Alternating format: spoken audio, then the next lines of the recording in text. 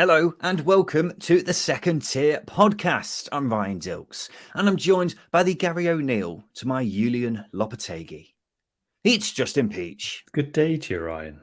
Justin, how the bloody hell are we? Yeah, really good. Really, really good.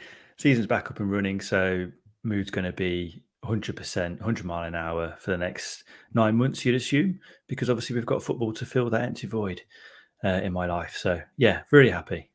Yeah, well, I should bloody hope so as well. It doesn't feel like the season is actually back. It still feels like we're in pre-season friendly mode a bit for me.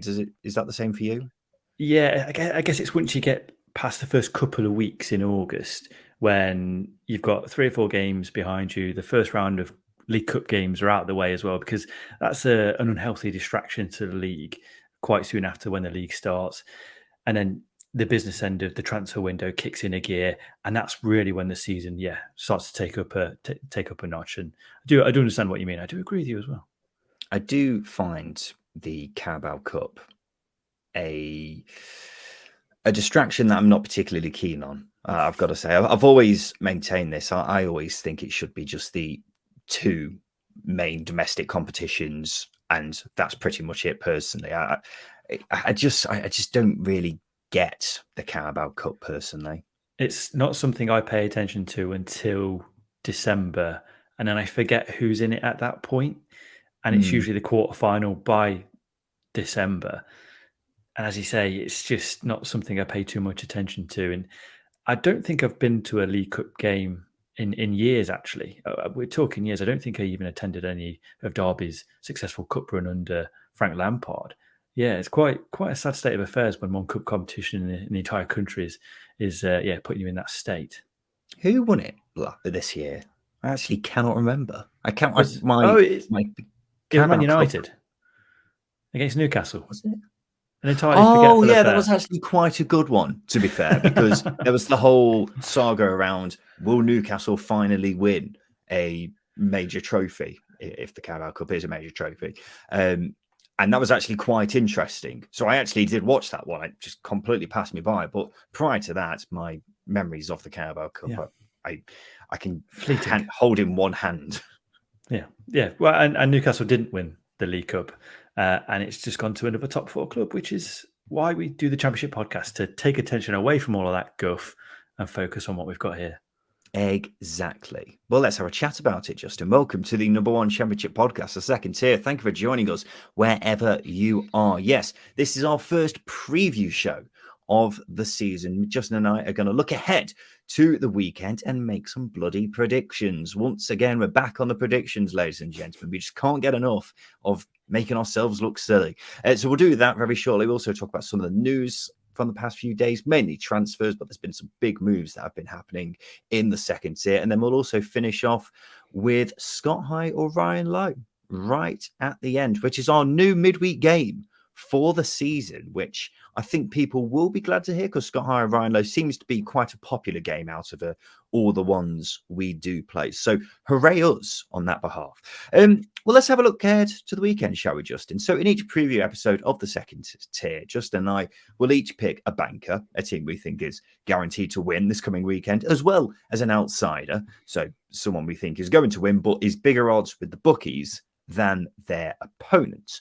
We're going to track how we do as the season goes on. So 1 point for a correct banker, 2 points for an outsider. And for some reason, Justin, you want to do a forfeit at the end of the season for the loser, which I don't understand, because you're so bad at predictions.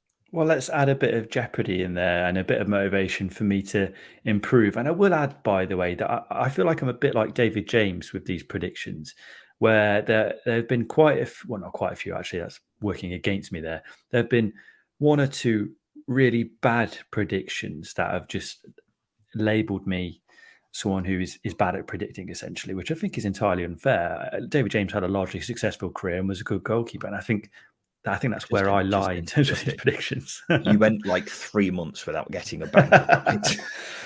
It happens. You go on these dry spells, but it's a new season. It's a new me. And I think adding this forfeit in will, add that layer of maybe I should try and concentrate a little bit harder on picking them. So what's my forfeit for the season? Well, I suggested, because you take the piss out of me unfairly about my CrossFit activities. I suggested you do a CrossFit workout either with me or on your own. And these are vomit-inducing workouts, by the way. These aren't very nice. And I think it'll be good content for Cardiff fans, Stoke fans, pretty much any other supporter you've pissed off over the last 12 months to see you in a lot of pain. Well, the reason I say we, because it's basically our whole friends group takes the mickey out of you for CrossFit is because you talk about it an awful lot. I don't talk to anyone. It's your main personality trait. You got to have something. It's better than being someone who wears different football shirts every week.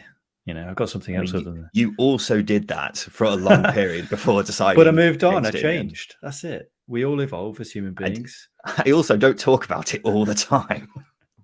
But you want people to talk about it, which is why you. I love, by the way, how because I've now had my haircut, which I think many listeners will now be thankful for.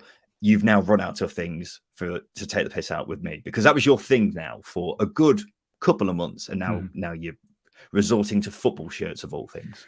We'll find one. Don't worry. Well, let's talk about your forfeit, Justin, because I initially did suggest you shave your hair, and then I changed my mind and suggested you go for the Ronaldo 2002 World Cup haircut, which I think would suit you quite well. But then you pointed out that you're getting married next summer, which I think is a pretty poor excuse. Personally, I think your bride-to-be might enjoy getting married to R9 2002. Only if you get me the golden boots from 2002, the Mercurials. We'll make it happen. If you get me a pair of them, then maybe I will. What are you saying? That's back on, are you? No. Okay, fine. Just get me the Mercurials anyway. That'd be nice. So we can't do that apparently. And then you also ruled out any appearance-related ones, which, again, it kind of defeats the object of a forfeit. Yeah, but I'm getting married. You're altering my appearance a couple of months before a wedding. No, these are we're paying a lot of money for a photographer, for example. So having my image absolutely destroyed for the rest of our lives in these pictures are going to cost a lot of money. It just seems a complete waste of money.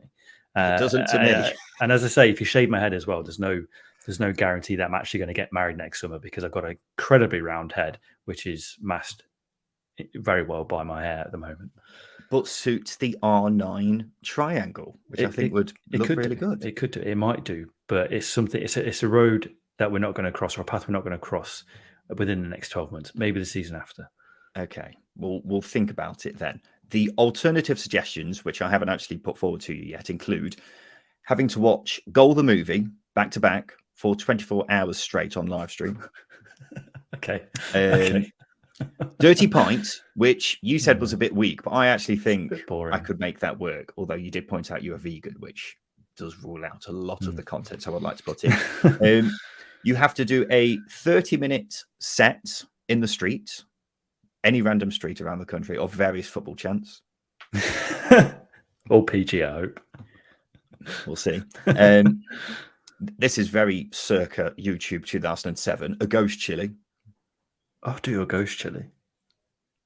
Well, it's not really up for you to decide. This is a forfeit at the end of the day. You have to get a coach from Sunderland to Plymouth and back.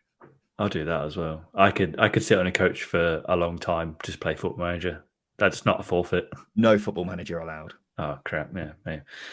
And the final suggestion: I get to slap you really hard. Yeah, these are good ones. I think you should put them to a vote. Maybe get the listeners' intake on that. Which one are you ruling out, if any of them? I don't really want to do a dirty pint. I don't want to. Is it you don't want to do a dirty pint, or you just don't think it's good content? It's just not good content. I think live streaming for 24 hours the goal movies would be interesting. A 30-minute set of football chants. I'm an introvert. That will crush me. So I'd like to rule that one out. It really will. It really will, which is right. I really want that one to win. Let's do a poll. I think a poll's a good idea. So we'll put 4 of those options into a poll and see what comes out on top, shall we? But there we go. I particularly want to, do well this season because I want to maintain my, mercurial record as a championship expert. And because I actually did quite well with my predictions last season, I didn't keep track, but I think it will just go on to show that I'm actually quite good at predictions, whereas, you've got a lot to work on. Well, a lot to work on, or maybe just overturning that perception that's been built around me. I think that's the key thing. It's a PR exercise now for me over the next 9 months. That's the key thing. I think I'll be fine. A PR race. That's a PR marathon. Justin, let's start off with your banker then. What is your first banker of the championship season? I've gone with Watford to beat Plymouth. Now, this is like betting against or betting on Thanos, isn't it? Against Iron Man. You want Iron Man to win, i.e. Plymouth. So I think this is going to upset quite a few people because you've got a League One, a team coming from League One into the Championship up against a team who are benefiting from parachute payments in Watford. And I am very high on Plymouth this season. And it does go against that narrative, but Watford looked so bloody good against QPR. They were really good for 45 minutes. That first half, I should say. They saw the game out in the second half, and I think that's going to play into this game quite heavily. Let me stop you right there. You remember who they were playing? Yeah, I was going to come on to that and say that, okay, QPR wasn't exactly much of a test, and this will be more of a test. I think Plymouth will land a fair few punches on Watford during this game, and I'm expecting Plymouth to win a lot of games 4-3 and 3-2 this season, and lose a lot of games 4-3 and 3-2 this season. And I expect this game to maybe follow that pattern. I just think, given that how creative and fluid Watford were against against QPR, that's going to carry on into this game against Plymouth. And Plymouth conceded a fair few chances against Huddersfield. If Huddersfield had a little bit more quality in the final third, it could have been a different game, obviously. And it really could have been a draw at the end of the day if the likes of Josh Crome and Danny Ward put away some gilt-edged chances. I think Watford will punish Plymouth in this scenario. And I think, as I say, I think Plymouth are going to be in that scenario where they're going to come up against teams, land a few punches on them. But Watford, I think, at this point are a lot stronger. And those Ishmael principles, hardworking, can be direct, and they're quite aggressive in their press as well. They're going to play into this game against Plymouth side, who are possession based. I agree with you about how Plymouth could concede quite a few chances this season, because last season they did concede plenty in terms of the data side of things, and defence was a bit of a weak spot for them, and they were saved quite a lot by the goalkeeper Cooper, who was fantastic for them last season. Away record, not as strong as their home record, of course. Still quite strong, though. I think they were third in League One last season for their overall away record. So not as weak as you might think compared to their home record. I'm still not as strong on Watford as you are. Not anywhere near as strong, actually, on Watford as you are. So I would not be picking this as my banker. I think there are definitely some other choices that I would suggest instead, Justin, as better choices for a banker. Plus, I do think Plymouth can cause Watford quite a few problems. They weren't really tested too much last week because QPR were utter shite. So this will be a bigger test for them. And it's also a big test for Plymouth as well, because you're quite right. On another day, Huddersfield could have got something against them. Well, that's the key thing I'm bringing into this is the chances that they did concede, and it's going to be a test for both sides. Watford they're going to have to step up against Plymouth, because Plymouth are going to ask a lot more questions of Watford than QPR did. But when you've got the quality of Louser in the squad, it's just going to play into it a lot more. So for me, I think Watford are going to be a bit too strong on this occasion for Plymouth. Might be a different story when their fixtures are reversed later down the season. My banker for this coming weekend is Leicester to win away at Huddersfield. No huge dramas with this one. You've got the team we fancy to win the league, going to a team we both think will struggle this season. And Leicester are coming off the back of a great win against Coventry, a side who I think will be right up there in May. In the end, their quality shone through when it matters, and none more so than the boy, Kiernan Dewsbury-Hall, who's just a supremely talented player. Scored both of Leicester's goals, but was also at the heart of every attack, carried the ball forward excellently, and I expect him to be instrumental once again here. Steffi Mavadidi looked exciting on the left wing, looks like he could be a fun player to watch this season. Harry Winks pulling all the strings in the middle of the park, and Dennis Pratt made a huge difference coming off the bench as well. I could go on. There's a lot of talent in that Leicester squad, as we all know, and that quality should be too much for Huddersfield. simply put, the difference in quality here is enormous. In fact, it's a chasm, really, if we're being putting it down to straight facts. That Huddersfield squad is one of the worst in the league. Simple as that. They were beaten 3-1 by Plymouth last weekend, as we were just saying. Plymouth could have scored even more. And if that's the case against Plymouth, imagine what it will be like against Leicester City. I wouldn't be surprised if Huddersfield did score, because they did have a fair few chances against Plymouth, and Leicester did look a bit vulnerable on the break against Coventry. I am slightly worried about set pieces as well. That was one of Huddersfield's strengths last season, and Leicester looked very shaky defending them against Coventry. Having said that, the aim of the game is to score more goals than your opponents, and Enzo Maresca's side should outscore Huddersfield. They've got much more firepower and an abundance of quality compared to their opponents.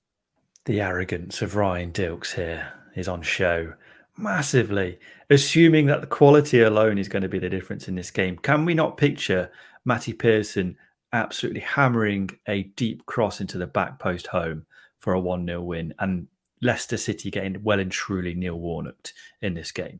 Because that is the painting that I... for a sec, Justin. Can we just rewind 5 minutes ago where you pointed out the quality of Watford will be too much for Plymouth, apparently? But I did say, yeah, but that's based on the game that we saw against QPR, where they were absolutely dominated. So that is based purely on actual facts. Whereas Leicester struggled against Cardiff. From the rooftops, QPR were utter shite. Right, but you make a good point there, and you can only beat what's in front of you, to add a cliche in. But at the end of the day, this is a game that Neil Warnock gets his team up for, isn't it? There's a lot of money and gander. I can't think of the word. There's a lot of good things coming into town, rolling in with Leicester City, and a lot of positivity there. And Neil Warnock thrives, and his teams thrive on upsetting this scenario, this sort of game. Now, I am with you. I do think Leicester will win, but I'd just like to pretty much upset the apple cart and just call you arrogant, basically. I think that's what I'm trying to lend in here.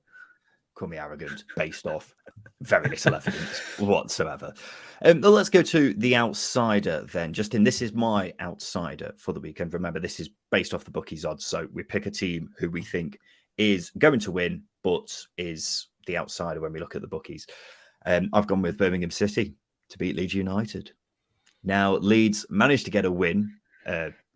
Managed to win a point at the end against Cardiff, but they had to work for it, didn't they? And a lot of it was down to their own problems. The 2 goals conceded were certainly avoidable, and issues at the back has been a problem for them over the last couple of Premier League seasons.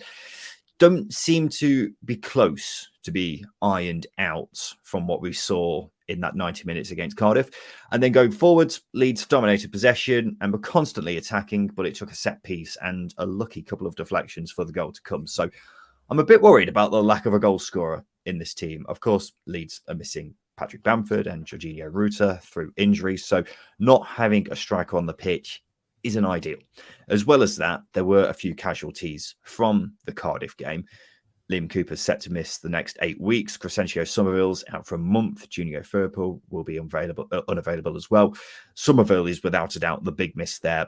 Leeds now looking even shorter on options up front than they were before. So a few issues at Leeds, which may not get sorted out until the transfer window closes, because right now everything feels a bit up in the air with several players unavailable or potentially on their way out. Max Aarons and Joe Rodon look set to be joining, but perhaps may come too soon for the weekend. And then we've got Birmingham, who are a team everyone's got very excited about over the summer. Their opening game wasn't a headline grabber by any means, 1-1 draw away at Swansea.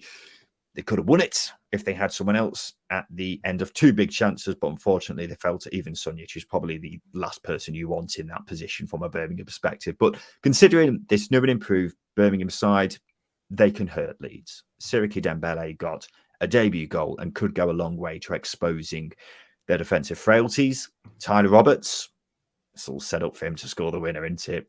Being an ex-Leeds boy.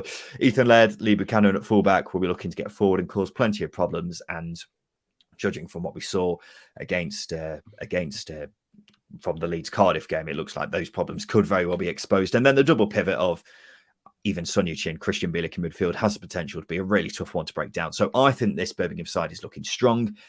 Leeds seem a bit all over the place right now. I saw Birmingham were as big as 3-1 with some bookies, which I think is underestimating them quite a bit. So I'll happily take them as my outsider of the weekend. I think you're mentioning or failing to mention the key variable here is this is the first home league game for Birmingham City under the new ownership. Now, I can only imagine it's going to be quite a big occasion, big atmosphere for their home crowd in this excitement and this anticipation for the new season, which I think is going to play into the players as well. That being said, I think what you've got with Leeds is, whilst the first half was quite shambolic at times defensively, they did finish their game against Cardiff pretty well. So it does really add that air of, it's quite a hard one to call, but I'm with you in that sense that I do think Birmingham can nick something here, mainly because it's that first home game under new ownership. It's a new group of players for the fans to get behind, and they've not had this scenario before for a long time, actually for years. Leeds are going to be a difficult team to beat, but Birmingham City, I think, we're all up on Birmingham City this season.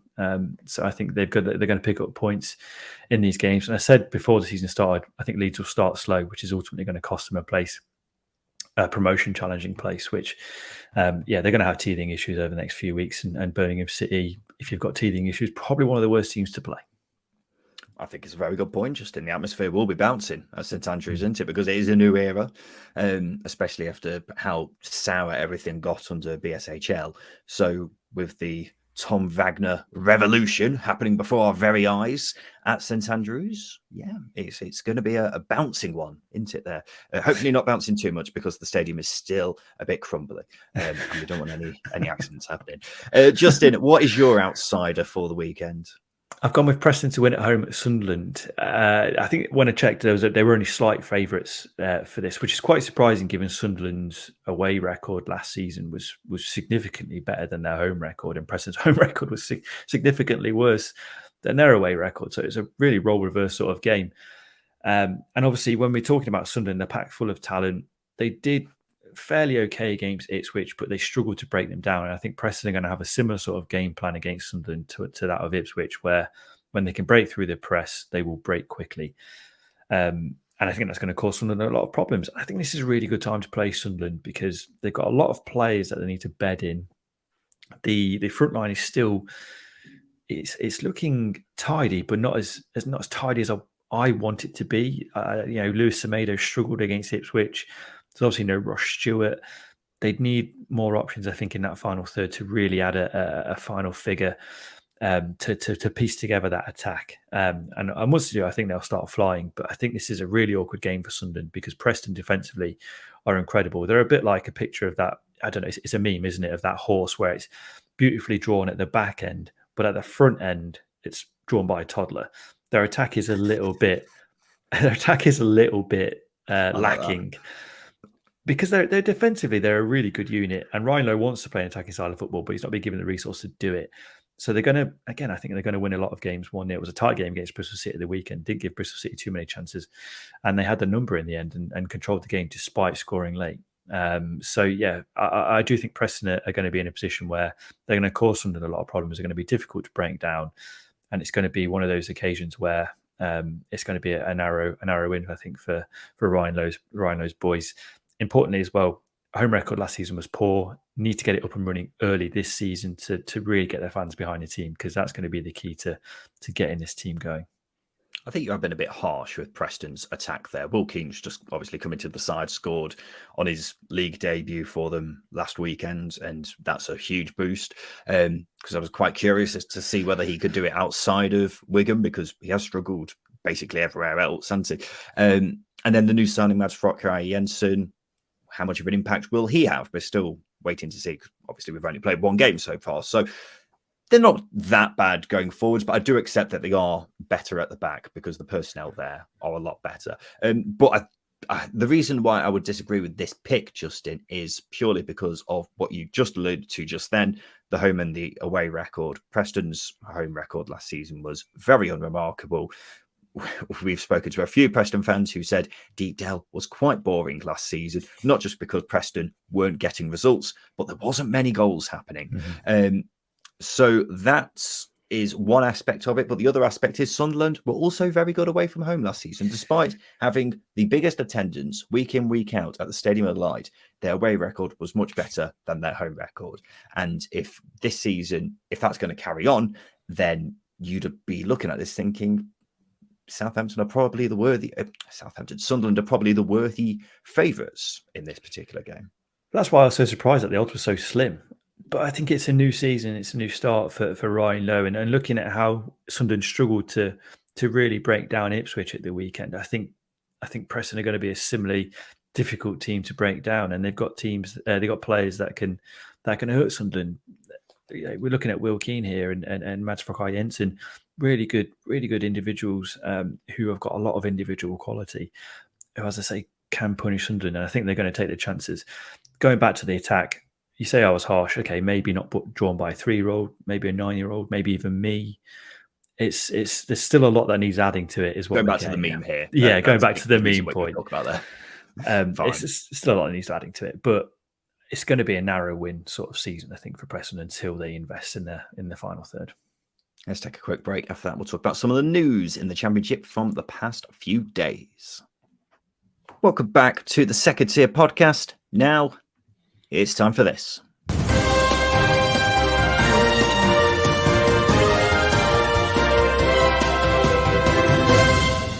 Yes, it's time for the news, and The Athletic is reporting Norwich's Max Aarons and Spurs' Joe Rodon are both set to sign for Leeds. The former would join permanently, while the latter would be on loan. What do you think of this, Justin? I think they're two really good signings on paper. I think Joe Rodon's a really interesting one because he's only played 40-odd games in 3 years since leaving Swansea, but he brings a lot of traits that Daniel Farke is going to need in his defence. He's a solid defender. He's come through the Swansea school of playing it out from the back, obviously under Graham Potter and other managers. So he's got a lot of qualities that I think are going to be really, really useful for Daniel Farke. And Max Aarons, Daniel Farke knows him very, very well. He trusts him, and I think he's more flexible than maybe people think. He played left back for England under 21, so there's opportunities there to play him in that position. So for me, I think they're two really good signings. It just means there's potential there for other players to be knocked down the pecking order a little bit. I think, well, initially I approached this and thought these were two very good signings, and then I've kind of downgraded slightly. I think Rodon I was more impressed with, but having looked a bit more at his time at, I think it was Rennes last season, wasn't it? It was on loan at. Spent more time on the bench than on the pitch. Now, I think if it's the Daniel Farke system, great ball player, certainly a Daniel Farke centre-back. Didn't really make the step up at Spurs. I still think it's a good signing, but I think he could do with stepping down to the Championship again. Max Aarons, I think, is a really good signing. I think it's quite funny how he's suddenly gone from someone who has been linked with pretty much every Premier League side for numerous years to finally moving, and it's to another Championship side. But I still think he's a really top player. Still only 23, by the way. Yeah, really young. Probably should have moved a bit earlier than he has done, maybe 2 or 3 years earlier than he has done, because I think he may have lost a bit of potential in that time now. But I still think it's a really good move for Leeds. My one sticking point with this is I feel bad for Charlie Cresswell and Cody Dramé. Perhaps not so much Dramé because I think he's angling for a move away, but Cresswell, I thought after the season he had at Millwall last season, this would be a great chance for him to come into the Leeds team, be a first-team player playing week in, week out. He could have become a Leeds legend because he is a local lad who's come through the academy. He wears his heart on his sleeve, does not back out of challenges. This would be perfect for him, but for some reason, it doesn't seem like he's going to get a chance. And I don't get what more he has to do, Justin. Liam Cooper's just got injured, so that would leave a nice spot for him. Sure, they still need to sign a centre-half because there were lower numbers. But now I'm guessing he's not going to play ahead of Rodon or Struijk. So it just feels like it'll be a real shame if he doesn't get a chance. You're probably right. I do think that competition is absolutely necessary in this scenario, and also it gives Daniel Farke a little bit more flexibility in the systems that he can deploy. Charlie Cresswell was quite comfortable in a back three or a back four last season, so there's that as an option for Daniel Farke. All of those players are comfortable in any system, any defensive system. So that's going to be a key thing there for Farke and Leeds. But as well as that, Cresswell's got a lot of potential. He might even go out on loan again, but he has been given a number 5 shirt, so it's probably unlikely. And Joe Rodon might even be the squad player. Obviously, he was a squad player at Rennes and Spurs over the last 3 years, so Charlie Cresswell might be ahead of him. We don't know until Daniel Farke starts to put names on the team sheets, but what it does do, it adds a lot of depth that is needed, quality depth that is needed in that Leeds team, because it's lacking. And obviously, as well as that, defensively, there are a lot of players there hanging over from last season where they were shambolic defensively, and we saw glimpses of that against Cardiff as well. So maybe a fresh start with some individuals like Aarons and Rodon will be a big help. I'd be surprised if Rodon was a squad player, Justin, because I imagine they must be paying a fair bit of money in terms of wages and loan fees for him to. If they were doing all that for him to just play on the bench again, I'm not sure he would have moved in the first place. But I'd be surprised if that's the case, which is why I just struggle to see Cresswell getting into this team now. And as I say, that is a real shame because he's an unbelievable player. Southampton have sold defender Tino Livramento to Newcastle for £40 million. Very much an expected departure. If you had to select 3 Southampton players who would be going out the door this summer, he'd definitely be amongst them. Another would be James Ward-Prowse. And Sky Sports are now reporting that Southampton have finally come to an agreement with West Ham over a deal for the midfielder. It's a blow, but not an unexpected one. Would have been a surprise if he stayed, to be honest. I think there was a conversation to be had, though, just about who else could go out the door there, because you'd expect Romeo Lavia to go. But they could end up getting well over 100 million for those 3. So Southampton are really in a position where they don't have to sell, aren't they? And they've still got plenty of very talented players there. So unless someone comes in, tries to pay over the odds, they may as well keep these talented players, no? I think the thing is, you are right. They are in a position where they're not going to have to sell. They're not going to be forced to sell. I mean, the other argument is any parachute payment team in a position where they don't have to sell? Probably not, unless you've seriously mismanaged your transfers, like Victor Orta did at Leeds, for example. But I think what I would have liked to have, the ideal scenario for Russell Martin and Southampton is having these transfers done before the season starts, so he can go into the new season, and essentially it's a fresh start for everybody. You can then start to sign new players and get them bedded in quite quickly. Now, everyone knows Southampton have got a lot of money to spend if these players do end up getting sold. They've got a lot of money to spend, so prices are going to go up. It's going to be harder to replace them, and these players are going to need to be replaced as well. That's a key thing here. So, yeah, I think Southampton, they're in a good position because they're going to have a lot of money, but it's going to be difficult to spend it at this stage in the transfer window. Do they necessarily have to spend it? That squad is still right up there in terms of talent, isn't it? James Ward-Prowse, though, you need him. You need a player to come in to replace James Ward-Prowse. I know they've got Stuart Armstrong. They've got Romeo Lavia if he stays. Smallbone, really enjoyed his performance against Sheffield Wednesday. Alcaraz. Okay, they are. There's a lot of depth there. That being said, he is I'm trying to think of the player. He's a leader. He's a talisman for Southampton. He makes things tick for the club. So him leaving will be a huge blow, and you've got to replace your captain with somebody else. It's one of them where I'm thinking, you got a lot of money. You need to go out and sign someone. Are you going to be able to sign someone of his quality? No, it's too late in the window for that. I don't think they need to get someone in, Justin. I get what you're saying about leadership and what have you, but I think they were almost expecting him to go anyway. So is there really a need to go out there and get someone else in? I'm not sure that's the case. Southampton have also brought in goalkeeper Joe Lumley on a free. He was at Reading last season, also played for Middlesbrough and QPR in the past. Actually did all right for Reading last season, didn't he? But unfortunately is very much capable of a clanger. Interestingly, after Swansea and Reading played each other last season, him and Russell Martin nearly had a scrap. So I'm hoping they've either shook hands on that or had a straight note in the car park. I'm certainly hoping it's one over the other. Once enemies, now colleagues. Gotta love it. What a redemption arc that could be. We need to see Southampton content here. The social team needs to get on it and give us some sort of piss-taking scenario out of that, because it could be great. Could be great. Yeah, the potential is there. Unfortunately, the signing has already been announced, so it's not like they can do a new announcement kind of thing, but a little hint wouldn't go amiss. Plymouth have signed midfielder Luke Cundle on loan from Wolves. He was on loan at Swansea last season.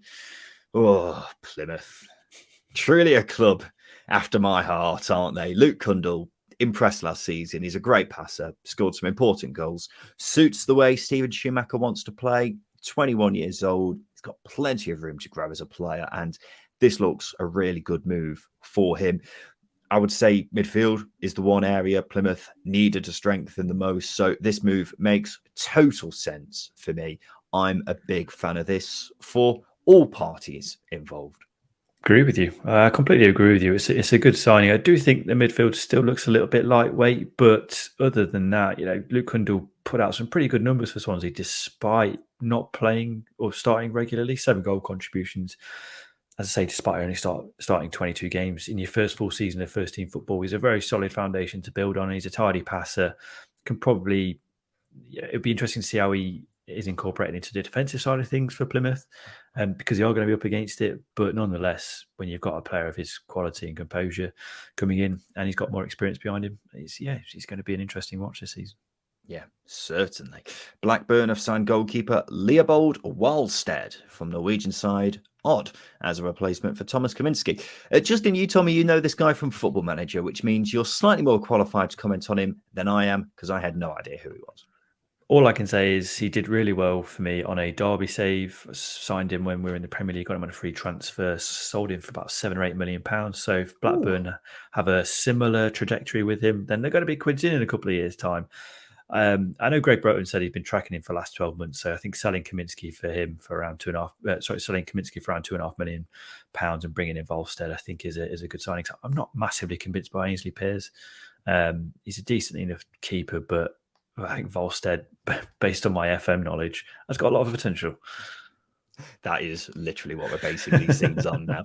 I mean, come on, how are we meant to know anything about someone who's been playing in the Norwegian league? But you're right, Ainsley Pears, he's a steady keeper, isn't he?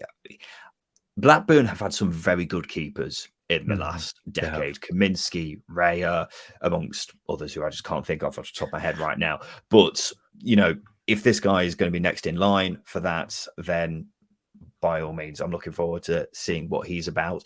And also, Kaminski was really important to Blackburn in the first half of the season before he lost his place to Pears and won them plenty of points. Wallstead will have to kind of pick up the mantle for that. So I'll be interested to see who does play out of those two. I'm guessing it will be Wallstead if the sporting director is such a big fan of him. Elsewhere, we need to give a mention to, we very rarely, if ever, mentioned cup games, but did you see Josh Ginnelly's goal for Swansea? Christ alive, that was ridiculous. It was a hit. It stayed hit, to quote the commentators, and had that cliche Foot in there. like a traction engine. Literally, I was Alan Partridge when I saw that. Shit! Twat! It was incredible. It was incredible. And he's making me eat my words as well, because I spent 2 minutes in the summer basically bashing him. So I do apologise, Josh Ginnelly. I was not aware of your game, because that turn was also incredible as well, because he created the space for himself with a really composed turn, and then the strike just stayed hit to, as I say, quote Alan Partridge on that. Yeah, incredible. Yeah, I did warn you. Yeah. I had a look at some of his goals from last season. He had an unbelievable compilation of goals last season, and his XG compared to the amount of goals he scored was ridiculous. He was scoring goals. The number of goals that he scored, he didn't have any right to get near that tally when you look at what his XG was. So if that's more to come, I'm looking forward to seeing it. But we will keep in mind that, as we were alluding to when we first spoke about him, last season was the first season where we've actually seen him do anything substantial. But if this is a sign of things to come, then Swansea have got some player on their hands, considering they got him on a free.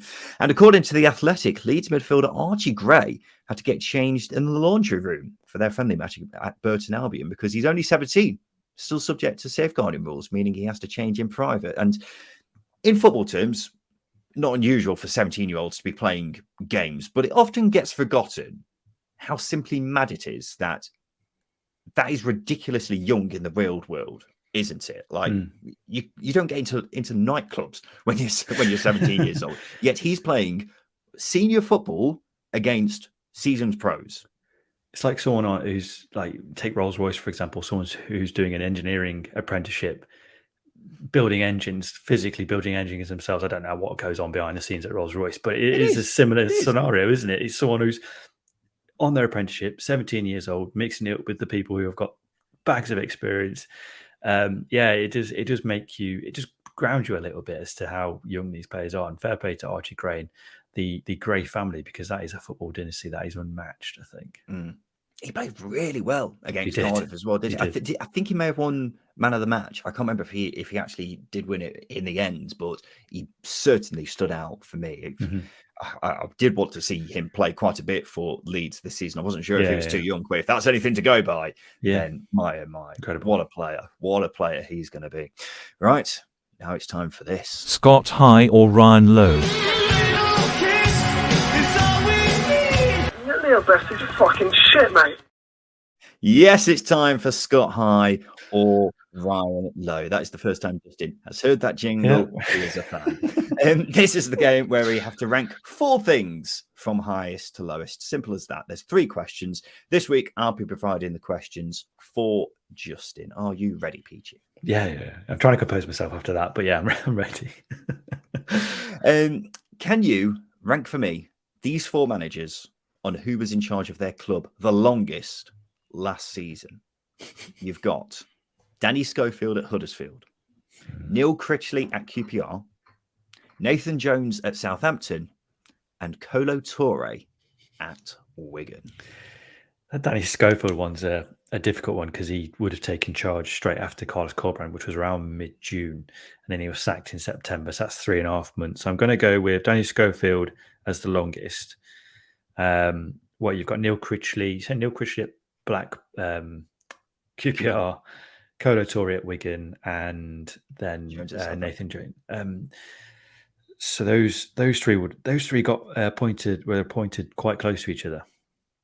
So that's a difficult one. So I'm going to go with Schofield top, then Toure, then Jones, then Critchley. You could have not got that more wrong if you tried. Completely and utterly wrong. Nathan Jones was top. With 94 days. Yeah. 94 days, 3 months. Did he get sacked in January or was it after January? You are asking a man who hasn't got that in front of him. So probably after January then. Because I'm assuming he got sacked mid-Jan, but he had the League Cup game against Manchester City where he stopped one of the most incredible feats in football history. Yeah. Nathan Jones will go down in history as the man who stopped the quadruple. Neil Critchley was second with 70 days. Danny Schofield was third with 69 days, so just 1 day behind old Critches. And then Kolo Toure, 58 days. I'm surprised you put him so high in your list. It's quite.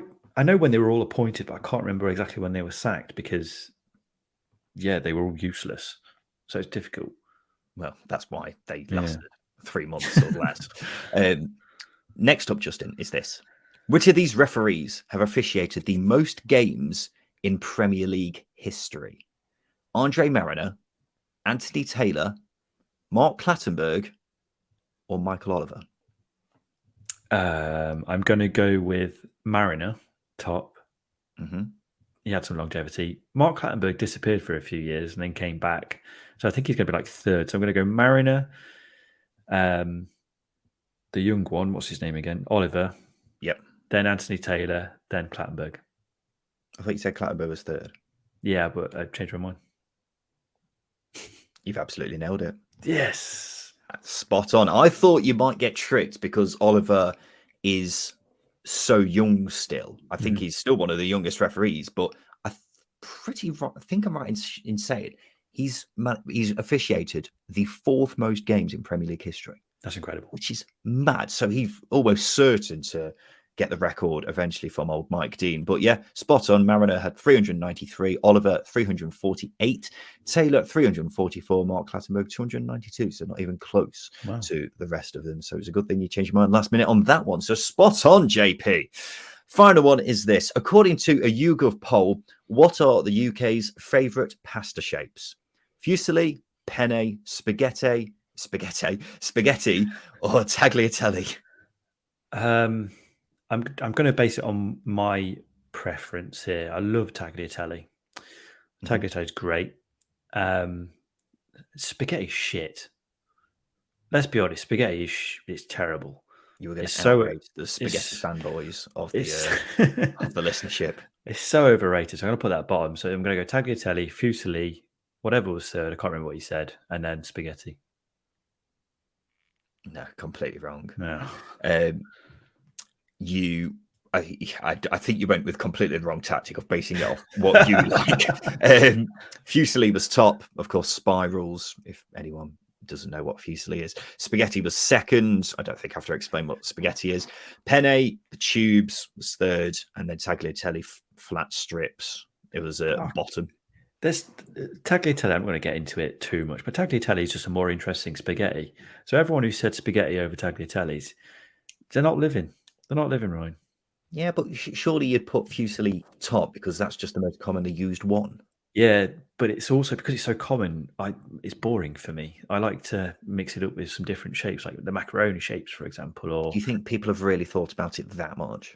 I don't know how these YouGov polls are conducted, to be honest with you. So maybe they not. Literally go out on the street, ask people, "What's your favourite pasta shape?" Simple as that. If I'd known that, I may have changed my answers. I don't know how else you expected it to be done. Ladies and gentlemen, this has been Scott High or Ryan Lowe, and this has been the Second Tier Podcast. This has been our preview episode of the weekend's games. So looking forward to the second weekend of Championship football as the season gets well underway. And we'll be back again on Sunday to review all those games that are coming up this weekend. So we look forward to seeing you then for a chat about all those games, plus any news that happens over the coming days. So this has been the Second Tier Podcast. I've been Ryan Dilks. I've been Justin Peach. And a big thank you for listening.